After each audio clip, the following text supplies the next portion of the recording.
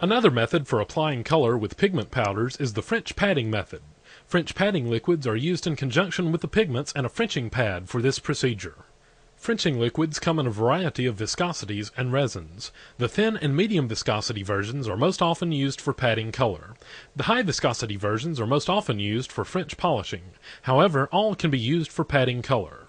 Trace cloth is used to create the pad because it resists giving off lint. Cut a piece about 10 inches square. Fold the cloth carefully, being sure to keep creases off the surface as you fold until it is about 3 inches square.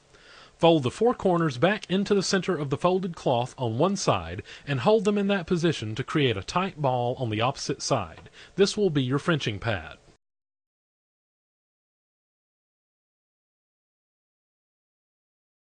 Apply padding liquid to the pad.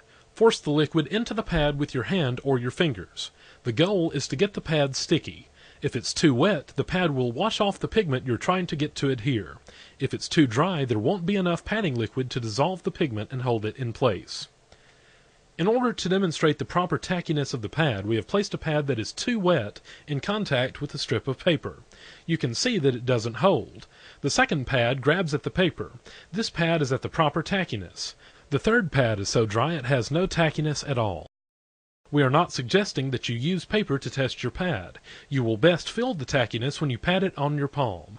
We only use the paper demonstration because we can't communicate the tackiness felt on the hand in the video. Once your padding cloth is tacky, stroke the pad back and forth across the damaged area in a pendulum motion. Never stop your pad on the surface. Immediately after patting, lightly touch the area with your finger.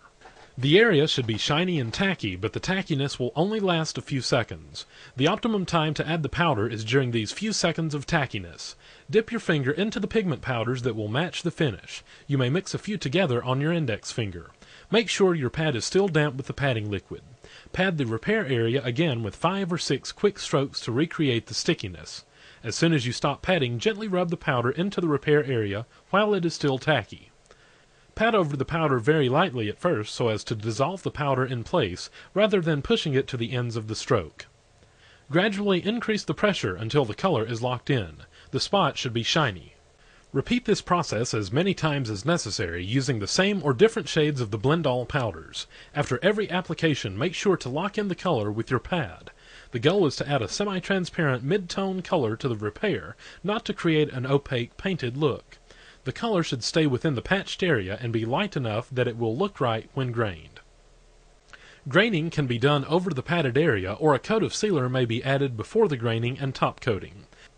To illustrate, we'll grain the spot we've padded so you can see that even though it looks too light without grain, it looks natural with grain added.